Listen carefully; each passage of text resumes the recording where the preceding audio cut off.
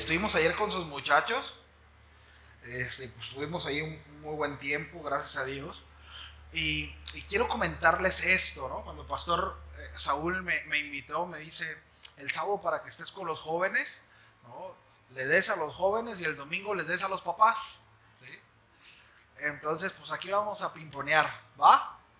Entonces, a lo mejor aquí sé que no todos son papás, pero hay principios importantes que debemos de considerar, ¿sí? Porque en general, de hecho, el tema es la indiferencia del pueblo de Dios, ¿sí? Y mucho me voy a enfocar o voy a hablar acerca de los padres, pero la indiferencia es una tentación a la cual la mayoría somos, vaya la redundancia, tentados a caer, ¿sí? En cualquier momento nosotros podemos estar practicando, ¿sí? Esta mala costumbre, ¿no? O esta condición en el corazón, el ser indiferentes, ¿no? Y quiero mencionar algo respecto al grupo de jóvenes. Miren, la iglesia provee herramientas para que usted eduque a sus hijos e instruya a sus hijos. Pero la iglesia no es responsable de la educación y la instrucción de sus hijos. ¿Sí sabía eso? O sea, de repente es como, pastor, aquí le traigo a mi muchacho, ¿no? Porque anda de rebelde y no hace caso y a ver qué puedo hacer usted con él. No es responsabilidad del pastor. No es responsabilidad de la iglesia. Es su responsabilidad. ¿Sí? A ver, todos los papás levanten su mano. Digan conmigo, es mi responsabilidad. Digan, por mi culpa, por mi... Es mi responsabilidad. Y bueno, en mucho vamos a hablar acerca de responsabilidad. ¿Sí? ¿Estamos listos? Quiero que me acompañen, por favor, a Segunda de Reyes, capítulo 2. Vamos a leer del versículo 19 al 24. ¿Sí? Y después de que leemos, ¿me acompañan a orar? ¿Sí? Usted ora por mí y yo oro por usted. ¿Va? Ya que estén ahí me dicen, amén, ya llegué, gloria a Dios. Amén, ¿ya estamos ahí? Bien, Segunda de Reyes capítulo 2, a partir del versículo 19 dice, y los hombres de la ciudad dijeron a Eliseo, he aquí, el lugar en donde está colocada esta ciudad es bueno, como mi señor ve, mas las aguas son malas y la tierra es estéril. Entonces él dijo, traedme una vasija nueva y poned en ella sal, y se la trajeron. Y saliendo él a los manantiales de las aguas, echó dentro la sal y dijo, así ha dicho Jehová, yo sané estas aguas y no habrá más en ellas muerte ni enfermedad. Y fueron sanas las aguas hasta hoy, conforme a la palabra que habló Eliseo. Versículo 23. Después subió de allí a Betel, y subiendo por el camino salieron unos muchachos de la ciudad y se burlaban de él diciendo, calvo sube, calvo sube. Y mirando él atrás, los vio y los maldijo en el nombre de Jehová. Y salieron dos osos del monte y despedazaron de ellos a 42 muchachos. ¿Oramos? Sí.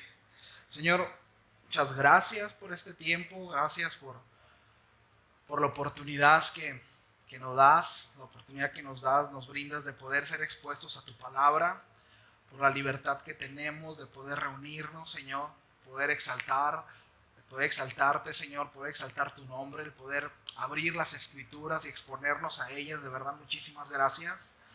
Te ruego, Señor, gracia para esta tarde, para poder exponer tu mensaje, tu consejo, y también oro por gracia a cada uno de mis hermanos, Señor.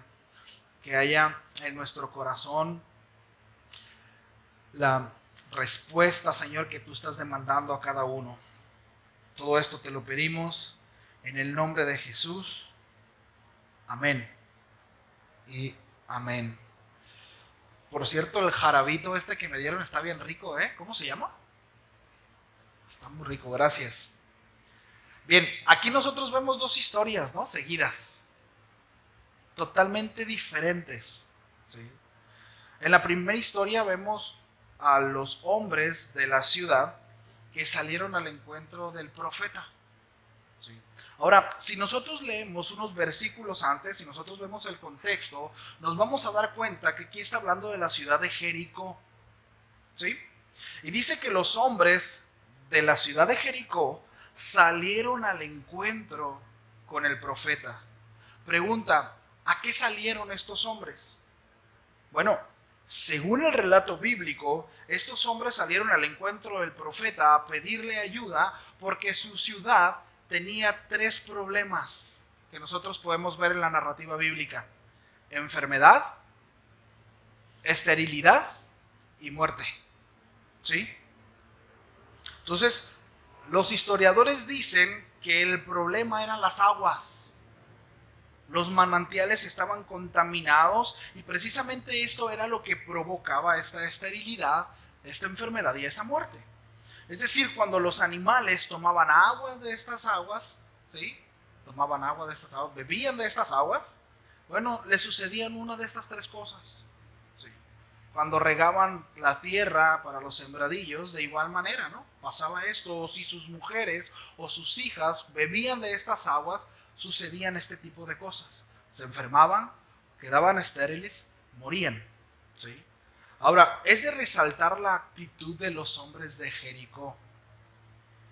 Es decir, nosotros vemos a estos hombres que identificaron el problema, es decir, ellos entendían lo que estaba sucediendo, entendían lo que estaba pasando con sus familias, ¿sí? En su economía, con su ciudad, y ellos salieron al encuentro del profeta a rogar, haz algo por nuestra ciudad. Digan conmigo, los hombres identificaron el problema. Ojo con esto, los hombres identificaron un problema. Hay un problema en mi ciudad.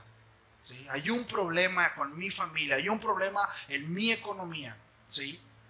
Ahora, muchos comentaristas coinciden que la razón por la cual la ciudad de Jericó estaba en esta condición es porque, no sé si recuerda, pero ahí en Josué, el Señor había maldecido esta ciudad. ¿Sí? Había maldecido la edificación de esta ciudad. Bueno, el asunto es que muchos seguían abrazando aquella maldición. Ahí en Josué, capítulo 6, en el versículo 26, dice lo siguiente: en aquel tiempo hizo Josué un juramento diciendo, maldito delante de Jehová el hombre que se levante y reedificare esta ciudad de Jericó. Sobre su primogénito eche los cimientos de ella, y sobre su hijo menor asiente sus puertas.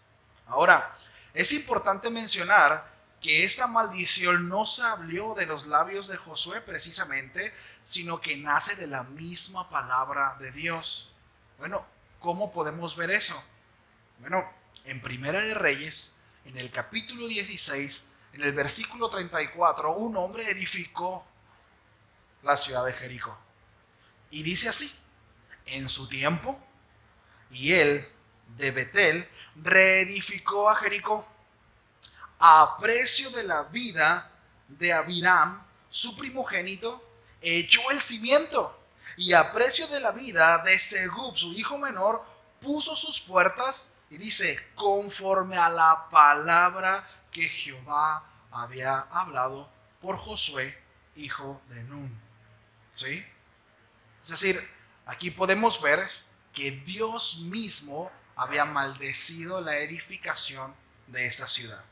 Ahora, aquí puede haber cierta tensión teológica entre la maldición y la bendición. ¿Sí? Es decir, Dios había maldecido esa ciudad, pero después nosotros estamos leyendo, bueno, un relato en donde Dios bendice esa ciudad. Bueno, por un lado, repito, la maldición de Josué a Jericó, y por otro lado, el profeta bendiciendo ese mismo lugar. Bueno, el asunto es que ese juicio se cumplió. Es decir, la palabra de Dios se cumplió, porque ¿cuántos saben que lo que Dios establece, así es? Y no lo puede cambiar absolutamente nadie, ni nada. ¿Sí? Es decir, la maldición de Josué, que nosotros vemos allí en Josué 6:26, bueno, es una maldición condicional que se encuentra en la reconstrucción de la ciudad por la desobediencia de las órdenes divinas. ¿Sí? Bueno, había una consecuencia, rehusaron, ¿verdad?, obedecer al Señor, y el Señor trajo un juicio. ¿Sí? Bueno, el juicio de Dios fue cumplido precisamente cuando él, en Primera de Reyes 16:34, reconstruyó Jericó y perdió a sus hijos. Es decir, esto nos muestra que la maldición fue efectiva, que este juicio de parte de Dios se llevó a cabo y cumplió su propósito. Mis amados, esto es bien importante. De nuevo, todas las promesas de Dios, así como sus juicios, se llevarán a cabo. Todas. Y por este lado, mire, quienes estamos del lado del Dios es un descanso, ¿no? Porque entendemos que todas sus promesas son sí, amén. Pero para quienes están del otro lado, debemos de entender que todos sus juicios y la consecuencia del pecado, ¿sí? También son sí, amén. Y ahí no hay nada que hacer por cuanto Dios lo estableció como tal. ¿Sí? Entonces, la maldición de Josué no fue sobre el terreno o los habitantes futuros de Jericó, sino específicamente sobre quien intentara reconstruirla. Una vez que la maldición se cumplió en Hiel, bueno, había razón para que Jericó siguiera, no había razón, perdón, para que Jericó siguiera maldita como tal. Sin embargo, durante muchos años, los habitantes de Jericó habían abrazado para sí mismo esta forma, esta mentalidad, ¿sí? De manera indefinida. Durante muchos años los habitantes habían abrazado para sí mismo esta maldición.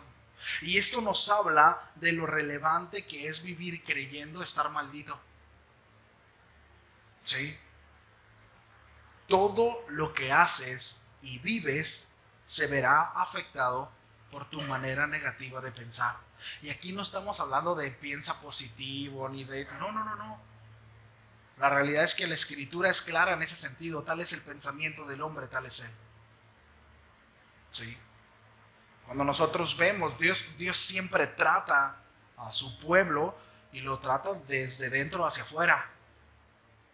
Porque lo que hacemos es por lo que somos. No somos lo que hacemos. ¿Sí? La razón por la cual el pueblo fue llevado al desierto y no entró directamente a la tierra prometida es porque Dios tenía que tratar, porque aun cuando eran libres seguían con mentalidad de esclavos. Y nosotros lo vemos durante todos esos 40 años. Toda esa generación no pudo entrar a la tierra prometida. ¿Sí? Bueno, por eso, mis amados, vemos constantemente al Señor exhortándonos a renovar nuestra mente, a conformar nuestros pensamientos a los pensamientos de Dios. El apóstol Pablo le escribe a nuestros hermanos, a los hermanos en Roma, ahí en Romanos capítulo 12, versículo 2, un texto muy conocido, pero dice, no os conforméis a este siglo. Esta palabra conforméis es, no te moldees, no tomes la forma. Dice, no tomes la forma, no te conformes a este siglo, dice, sino transformaos mediante la renovación de vuestro entendimiento. Y esta palabra transformados es metamorfosis. Cambia totalmente. ¿Sí? Por medio de la renovación de vuestro entendimiento, para que comprobéis cuál sea la voluntad de Dios, agradable y perfecta. ¿Sí? Es decir, hasta que deje de conformarme a los patrones y moldes de este mundo y permita que mi vida sea transformada por medio de la renovación de mi mente según los pensamientos y principios de Dios que se encuentran en las Escrituras, solo hasta entonces podré experimentar y comprobar en mi vida la voluntad de Dios, que es siempre buena, agradable y perfecta. Pero si mi mente no se conforma a los pensamientos de Dios, por tanto no voy a experimentar la buena, agradable y perfecta voluntad de Dios.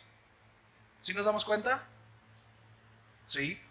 Este para que el apóstol Pablo escribe es muy importante. Para que comprobéis. ¿Sí? Muchas veces Dios quiere bendecirnos, pero no nos bendice, ¿sí? Porque nuestra mente no está conformada a sus pensamientos, a sus estatutos y no vemos las cosas como Él las ve. Hay situaciones y cosas que experimentamos en la vida que pueden llegar a ser de bendición, pero no lo vemos como tal, porque nuestro pensamiento está muy alejado a los pensamientos de Dios. Sí. Ahora, El acto de Eliseo, ahí en Segunda de Reyes, texto que acabamos de leer, subraya el poder de Dios para restaurar y para bendecir. ¿Cuántos creen en un Dios que restaura? Sí. Incluso sobre lugares o personas que antes habían experimentado juicio. Y muchos de nosotros experimentamos esto.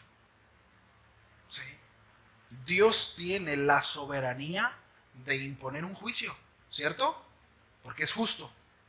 Pero también para mostrar misericordia y para restaurar lo que Él quiere, de la manera como Él quiere. ¿Cuántos dicen amén? ¿Están de acuerdo conmigo o no? Sí.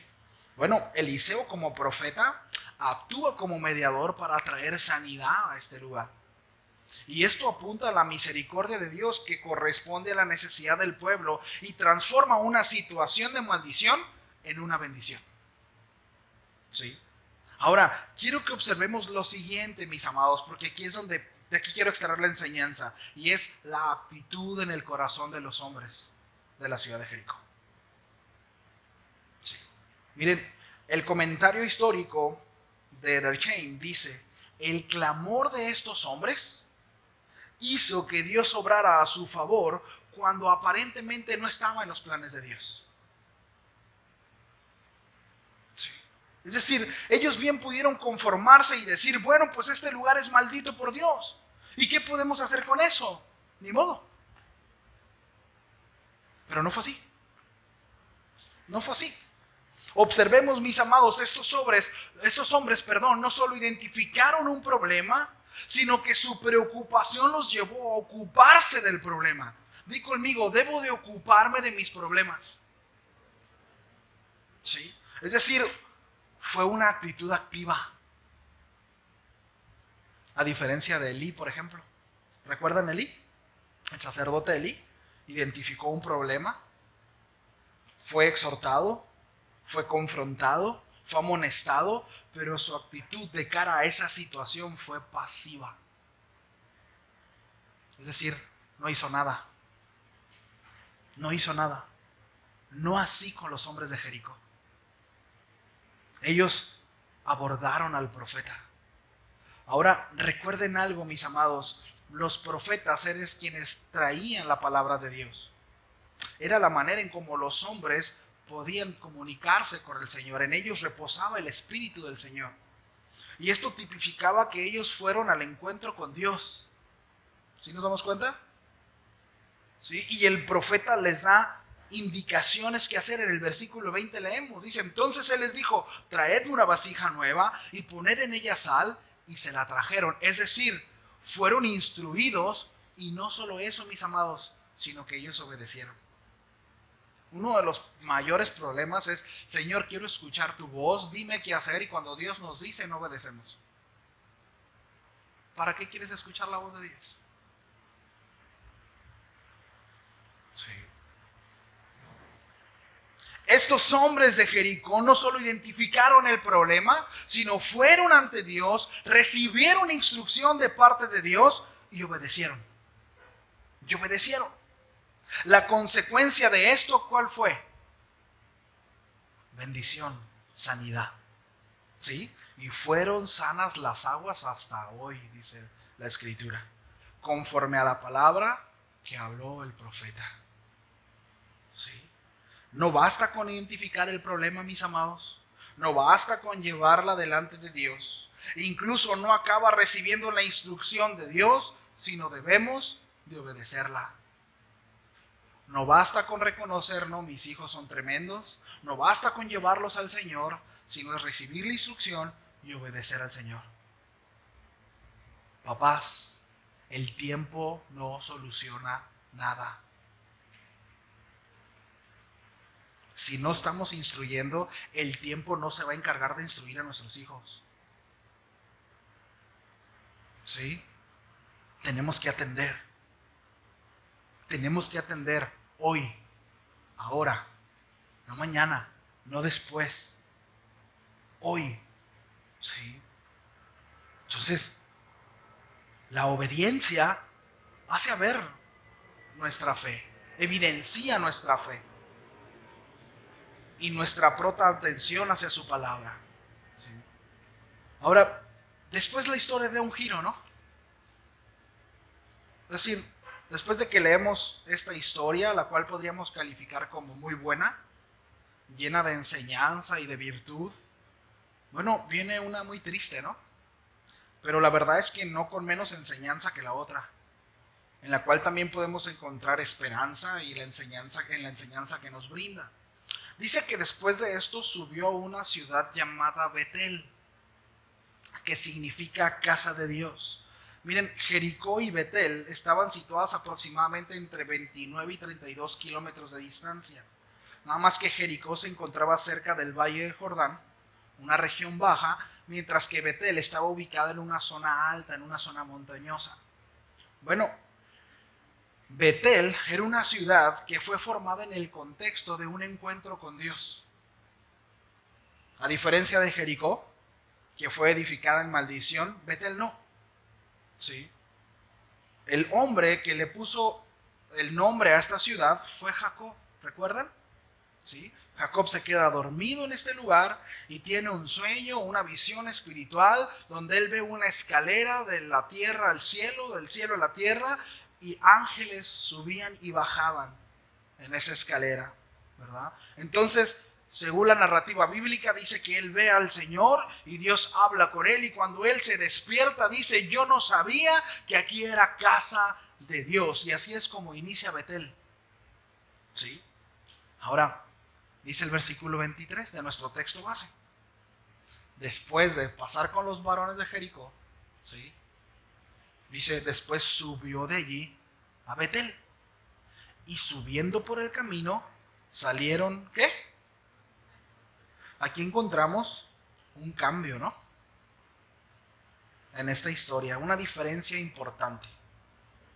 Salieron, ¿qué? ¿Y los hombres? ¿Y los hombres de Betel? ¿Y los hombres de la casa de Dios? ¿Dónde están? Según los historiadores, algunos comentaristas dicen que la edad de estos muchachos era de entre los 13 y los 20 años. ¿Dónde estaban los padres de estos jóvenes y esos adolescentes? ¿Dónde estaban? De nuevo, recordemos que el profeta era la puerta entre el cielo y la tierra. Hoy en día nosotros tenemos acceso al Padre por medio de Cristo a través de su Espíritu Santo. Él está en todos lados, siempre ha estado en todos lados, pero en cuanto a nuestra relación, nosotros podemos relacionarnos con Dios en nuestra casa, en la iglesia, ¿sí? En la escuela, con nuestros amigos, en la oficina, donde sea, ¿cierto? Bueno, en aquel tiempo, entendamos, el único acceso al Padre eran los profetas. Tenemos el ejemplo de Naamán saliendo al encuentro de Eliseo para que le sanara de lepra. La mujer sunamita estéril que le rogó al profeta para que fuera a su casa, ¿sí? Tuvo a su hija, un año después quedó embarazada, tiempo después el bebé muere y el profeta fue y lo resucita. Pero en Betel, en la casa de Dios, nadie salió en busca del profeta, excepto los muchachos. Pero el asunto es que estos muchachos no salieron al encuentro con Dios para poder, ¿verdad?, para pedirle ayuda, para pedir un consejo, porque habían identificado un problema, sino ellos salieron al encuentro del profeta para burlarse. Se burlaron del profeta. Y en estos muchachos, había una indiferencia, diga conmigo, indiferencia y menosprecio. Dígalo fuerte: indiferencia y menosprecio. Sí. Por el profeta. Eran indiferentes y menospreciaban al profeta. Miren, muchos de los juicios de Dios se ejercen debido a la indiferencia del pueblo y su falta de atención a sus llamados. Bueno, Dios sigue siendo el mismo, ¿eh?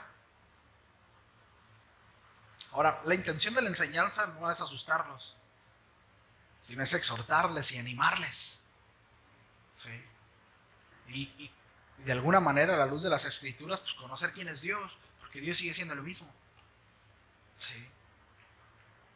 Cuando el profeta pasaba, mis amados, aquel que quería tener un encuentro con Dios, aquel que deseaba una palabra de Dios, salía al encuentro con el profeta. De nuevo, pero en Betel no fue así, sino quienes salieron fueron al encuentro del profeta fueron los muchachos y fue para burlarse. ¿Sí? Dice que salieron los muchachos de la ciudad y se burlaban de él diciendo, calvo sube, calvo sube. Seguramente no tenía cabello, ¿verdad, Eliseo? Ahora, muchos coinciden, si nosotros vemos el contexto, Elías acababa de ser llevado por el Señor. Y muchos lo toman como una burla, puesto que lo había abandonado su maestro. Es decir, no ignoraban quién era el profeta. ¿Me explico? Tenía una razón. ¿Por qué se burlaron los muchachos? ¿Por qué esta actitud de hostilidad, de burla, de falta de respeto por el hombre de Dios? ¿Por qué? ¿Cuántos estamos conscientes, mis amados, que nuestros hijos imitan en su gran mayoría lo que ven en casa? ¿Sí o no? No digo que todo, pero en su gran mayoría sí. ¿Verdad? En su gran mayoría sí. Que en gran medida ellos son un reflejo de nosotros. ¿Sí o no? No digo que todo, pero en su gran mayoría. ¿Sí? Hay cosas que ya traen por default, ¿no? Ya están cableados así. Y le echamos la culpa al abuelo y, ¿no? Igualita a su bisabuela, mira, así era, igualita a su bisabuela. Igualita a uno, ¿no? Bueno, miren, en Segunda de Crónicas, en el capítulo 36, a partir del versículo 15 al 17, vemos a Dios amonestando fuertemente a su pueblo precisamente por una actitud burlesca y por un menosprecio para con sus profetas. Era una actitud muy similar a la de estos muchachos. Y en estos textos que ahorita voy a leer, vemos cómo Dios trae un juicio muy similar a lo que estamos leyendo ahorita, matando a sus jóvenes. Se los leo. Segunda de Crónicas, capítulo 36, versículo 15. Dice, y Jehová, el Dios de sus padres, envió constantemente palabra a ellos por medio de sus mensajeros. Miren la respuesta del pueblo. Porque él tenía misericordia de su pueblo y de su habitación, mas ellos hacían escarnio de los mensajeros de Dios y menospreciaban sus palabras, burlándose de sus profetas, hasta que subió la ira de Jehová contra su pueblo y no hubo ya remedio. Versículo 17, por lo cual trajo contra ellos al rey de los caldeos, que mató a espada a sus jóvenes en la casa de su santuario, sin perdonar joven ni doncella, anciano ni decrépito, todos los entregó en sus manos. ¿Por qué se burlaron estos jóvenes? ¿Por qué los jóvenes habían dejado de creer en las enseñanzas que les contaban acerca de Dios? ¿Por qué se habían olvidado de todas esas maravillas del Dios de sus padres? ¿Por qué? Bueno, la respuesta es porque ocurrió una tragedia en el corazón de sus padres. Habían menospreciado la palabra de Dios. Era un patrón. Mas ellos hacían escarnios de los mensajeros de Dios y menospreciaban sus palabras, burlándose de sus profetas. Había un menosprecio en el corazón de estos hombres, había una indiferencia hacia la palabra de Dios. Y aquí es donde nosotros empezamos a preguntarnos, ¿acaso seré yo, Señor?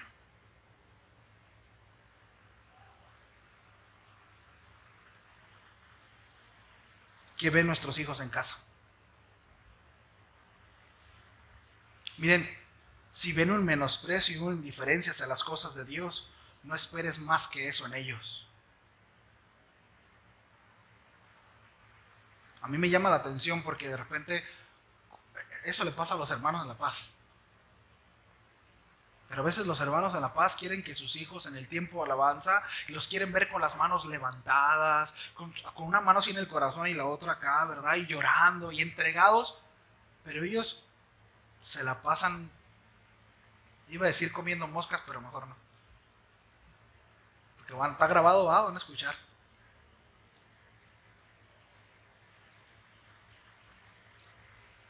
Y espero que mi hijo tenga una devoción por el Señor, que sea entregado por el Señor. Quiero verlo leer la Biblia. Pero ¿cuándo mi hijo a mí me ve leer la Biblia? Pero cuando mis hijos me ven estudiando la palabra, me ven quebrantado, me ven orando por ellos, mamando a su mamá. ¿Me explico? La consecuencia de padres indiferentes que menosprecian la palabra de Dios serán muchachos tragados por osos y atravesados por espadas. No hay de otra. No hay de otra. ¿Acaso culparemos a Dios de nuestra indiferencia?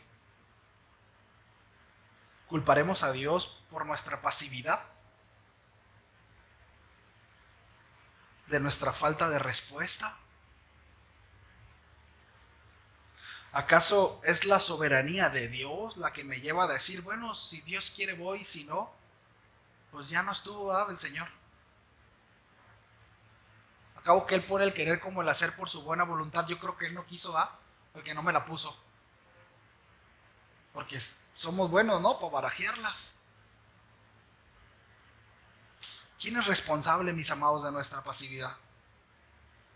De nuestra falta de compromiso delante de Dios. ¿Quién?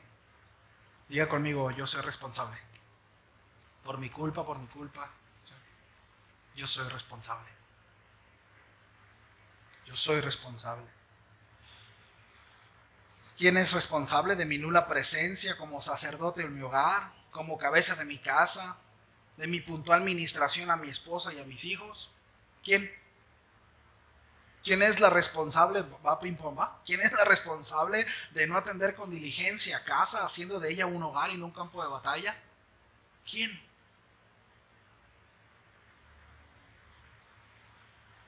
¿Quién? Nosotros somos responsables de nuestra condición espiritual, mis amados. Nosotros. Y en gran medida de la condición espiritual de nuestros hijos.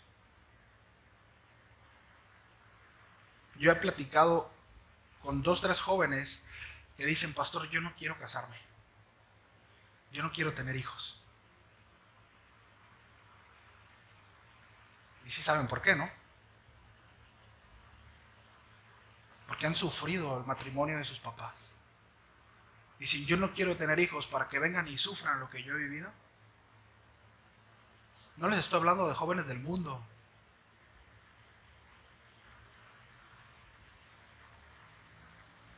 Debemos de responsabilizarnos nosotros de que las nuevas generaciones no quieran casarse, no quieran tener hijos, porque nuestros matrimonios muchas veces no son deseables. Dan vergüenza. Porque la constante es queja.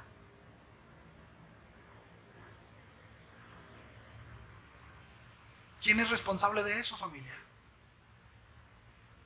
Iglesia, ¿quién es responsable de eso? Cada vez hay más divorcios dentro de las iglesias. ¿Y quién es responsable de eso?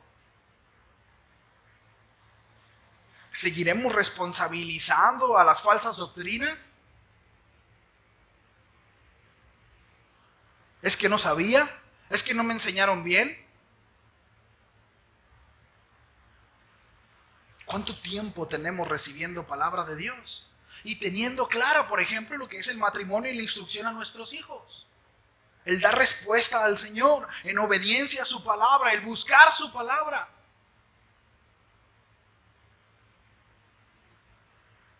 ¿Quién es responsable de eso? Ahora, esto como dato. Esto en el mundo. Pero en un reporte publicado, una colaboración de la Universidad de Harvard sobre la importancia de la figura paterna en la educación de los hijos, se llama Estabilidad Familiar y Desarrollo Social, las estadísticas de este reporte mostró que el 94% de los jóvenes con antecedentes delictivos no han tenido un modelo masculino positivo de conducta en sus vidas. ¿Qué tan relevante? Y aquí, lógicamente, es la exhortación para todos, pero quiero dirigirme específicamente ahorita a los varones. Desgraciadamente el mundo nos quiere quitar, y lo está logrando en el mundo, muchas de las funciones, ¿sí?, específicas del hombre, su masculinidad, su fuerza, su liderazgo, su trabajo. Y allá afuera lo ha conseguido en gran medida, ha ganado terreno. Pero también en la iglesia, aquí no debe de ser así. Varones, no cedan su función. No le entreguen a su esposa lo que a ustedes les corresponde y lo que le fue delegado por Dios. Y no estoy hablando de machismo, no estoy hablando de maltrato. Estoy hablando de ser hombres valientes y tomar nuestra responsabilidad de ser cabeza de hogar, porque nuestras hermanas eso necesitan, ¿sí o no, hermanas? ¿Verdad que necesitan un hombre presente que dirija, que instruya, que corrija, ¿sí o no? No los va a escuchar su esposo, ¿eh? Sin miedo no les va a hacer nada de cómo. Por supuesto, por supuesto. Aún la más empoderada necesita eso. Porque fuimos creados así. Y por más que busquemos formatos distintos a lo que Dios estableció como norma, no podremos funcionar de manera correcta, porque es Dios quien estableció el matrimonio. No nosotros, no lo inventamos nosotros. Sí. Varones, no cedas tu lugar. Algo que se te delegó, no lo cedas, no lo entregues. Vea las escrituras. Dios nos dice ciertamente que debemos de amar a nuestra esposa, pero también nos dice cómo. El Señor nos dice que debemos de instruir y corregir a nuestros hijos, pero también dice cómo. Así que no seas perezoso, vea la palabra. Si has identificado un problema como los varones de Jericó, recuerda, no es suficiente solamente identificarlo. Hay que llevarlo al Señor, hay que esperar una instrucción y obedecerla. ¿Cuántos dicen amén? Bueno, ahora esto aplica en cada una de las funciones. Como mamá, como esposa, como hijos, como hermanos. ¿Sí? ¿Sabía usted, hablando acerca de la indiferencia y el menosprecio al Señor? Déjeme, le tomo un traguito al jarabito este.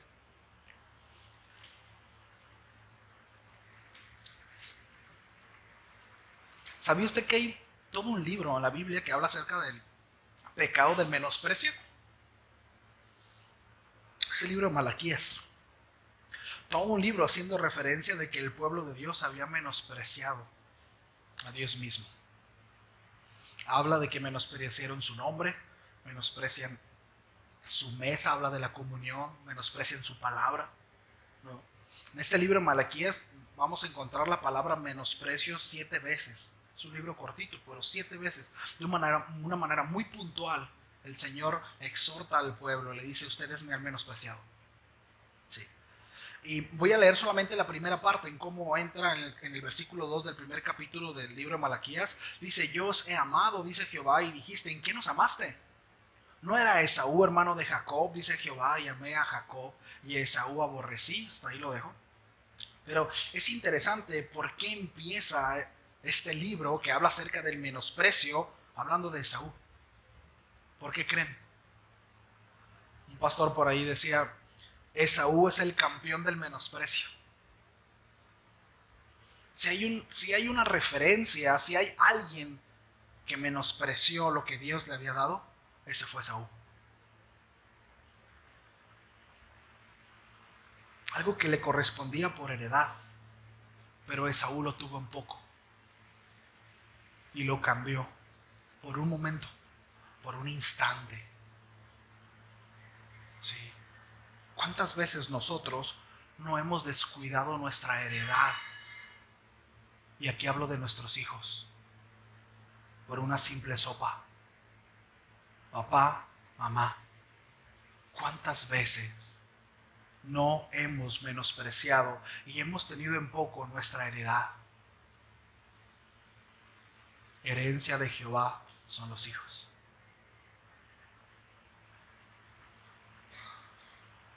No seamos como Esaú.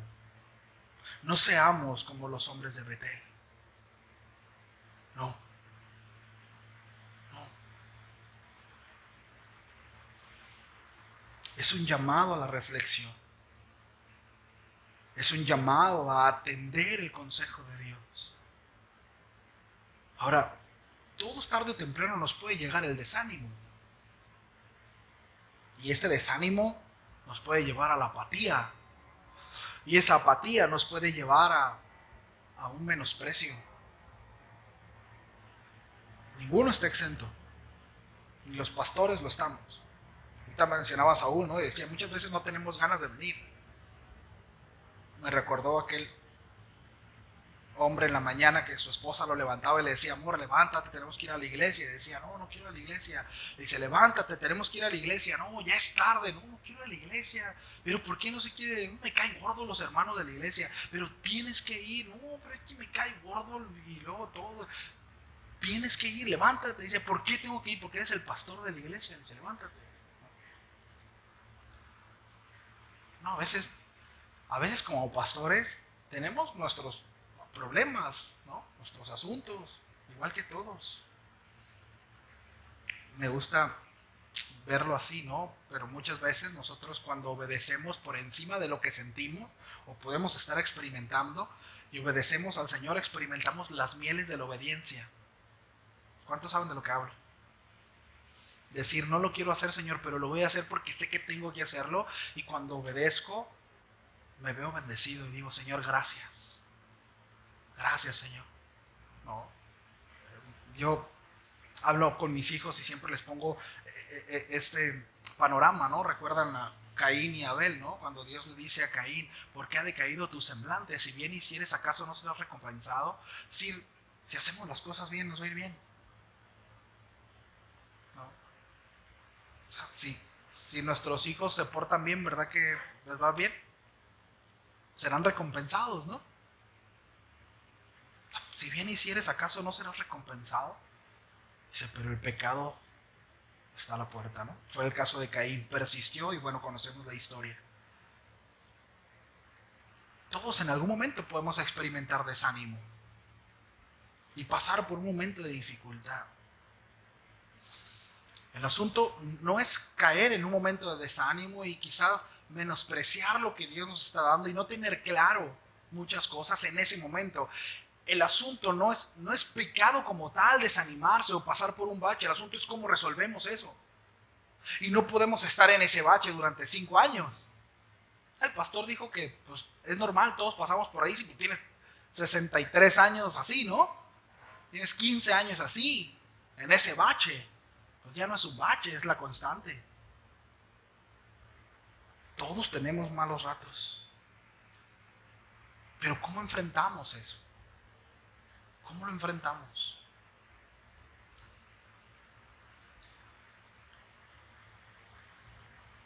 Aquí con el permiso de mi esposa, hace unos meses nosotros nos fuimos a Oaxaca. Fuimos a servir allá, fuimos invitados por los pastores de Casa Oración Oaxaca y estuvimos un par de semanas trabajando allá. El tema que nos pidieron los pastores que nosotros preparáramos era acerca del desierto, ¿no? Y, y bueno, tanto a mi esposa le tocó dar una enseñanza, me tocó dar a mí varias enseñanzas. Pues el tema era eso, el desierto y cómo Dios te llevaba al desierto para pastorear. Y bueno, el asunto es que cuando regresamos nos vimos en una situación muy complicada, muy difícil emocionalmente. Y reflexionábamos, ¿no? Mi esposa y yo, y ella me decía, y es que Dios nos estuvo preparando, ¿no? Durante este tiempo porque sabía lo que íbamos a pasar. Es decir, mucho de lo que estuvimos estudiando y viendo, ella me comentaba, ¿no? La enseñanza que di era para mí. Entonces, bueno, Dios siempre nos da las herramientas que necesitamos cuando enfrentemos un momento de dificultad. Y podemos pasar por ese valle. Pero es nuestra responsabilidad creerle o no a Dios. O nos agarramos de ese sentimiento y de ese dolor y dejamos que nos tumbe y nos quedamos ahí. o nos apoyamos de la gracia del Señor y de su obra y le creemos al Señor. ¿Sí? No hay de otra. ¿Cierto? ¿Qué clase de hombre soy? ¿Qué clase de cristianismo llevo? ¿Como los hombres de Jericó? Es decir, he identificado el problema, lo he llevado delante de Dios, he recibido instrucción y estoy obedeciendo. Bueno, como consecuencia tendré resultados positivos. ¿Sí? Y fueron sanas las aguas hasta hoy, dice el texto. ¿No? Esa fue la consecuencia. Y de nuevo, no es suficiente reconocer nuestra condición. No es suficiente decir, está mal mi matrimonio. No es suficiente decir, híjole, está mal. Digo, ahorita me estoy enfocando familia, núcleo. No es suficiente reconocerlo. Necesito hacer algo. Necesito ir al Señor, esperar instrucción y obedecer la instrucción. ¿Sí? O tal vez soy como esos hombres de Betel, que brillan por su ausencia, por su indiferencia, por su pasividad y por su menosprecio, tanto a la presencia de Dios como a su palabra. Consecuencia, hijos devorados por osos y atravesados por espada. Señor, pero ¿por qué a mí? ¿Qué hiciste? ¿Qué hiciste? Muchos de nosotros identificamos que vivimos en un mundo que busca devorar a nuestros hijos, pero el asunto es, ¿qué estamos haciendo? ¿Qué hacemos? ¿Qué estamos haciendo al respecto?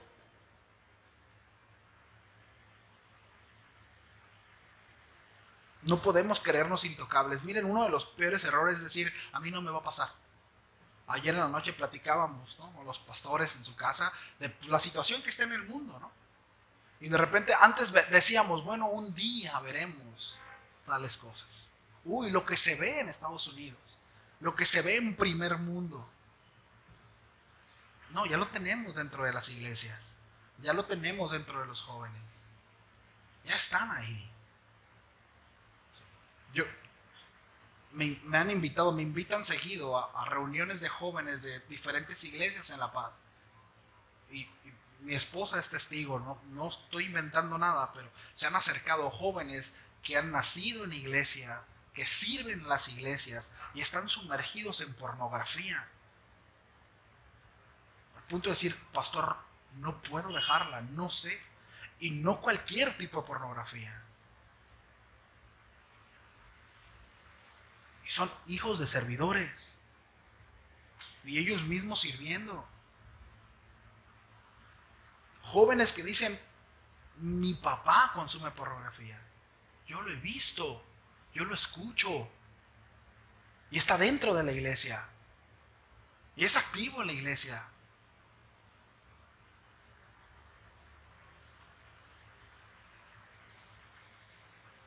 ¿Dónde están los padres de Betel? ¿Dónde están? ¿Qué estamos haciendo? Regreso al texto de Romanos para cerrar. No os conforméis. No os conforméis. No normalices lo común. No normalices lo común. Si hay una conducta de tu hijo que tú sabes que no está bien, no lo normalices. No normalices lo común.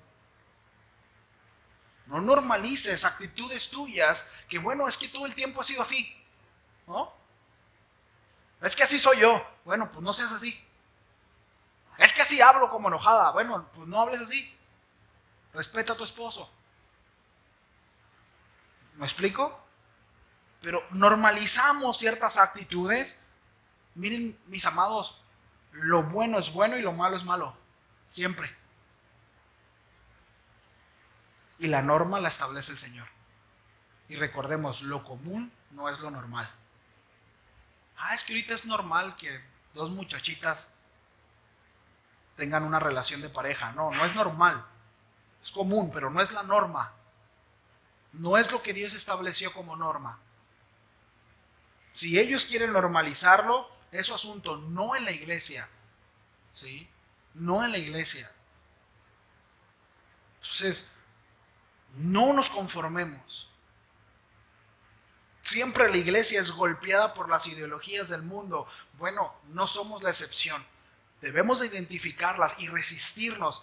Hermanas, resistan a la ideología. Va a sonar chistoso, pero es en serio. Hagan el lonche a su esposo. Sirvan a su esposo con amor, ¿sí? Y todo lo que tiene que ver con ello, háganlo. Es decir, identifiquen sus funciones según lo establecido por Dios y háganlo. Amémonos como Dios dice que nos debemos de amar. Tratémonos como Dios dice que debemos de tratarnos, ¿sí?